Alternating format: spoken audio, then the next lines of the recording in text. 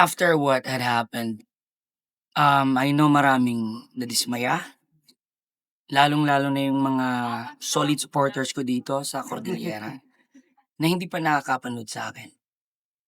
When I posted it, tao lang din naman ako, parang ramdam ko yung, pain nung time na yun. Yung dahan-dahan kong na-absorb yung damages na nag-cause sa premature na news. Kaya ko nasabi yun and it was really true. When I felt it and I said it and I meant it.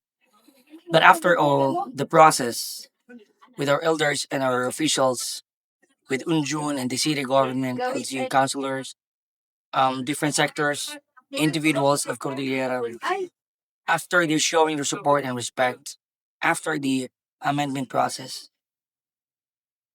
nagkakaroon ng mending, nagkakaroon ng peace talks. Ito ngayon sa Busab. Actually, when sa Busab was conducted kanina, marami parang hindi pa nakaintindi.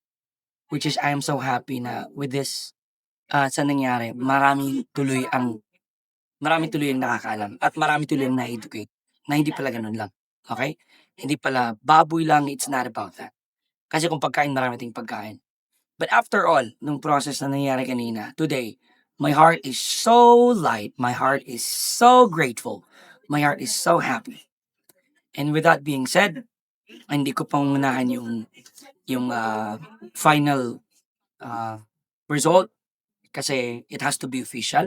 It has to be coming from the officials also. Kung mapuproceed ba yun or hindi.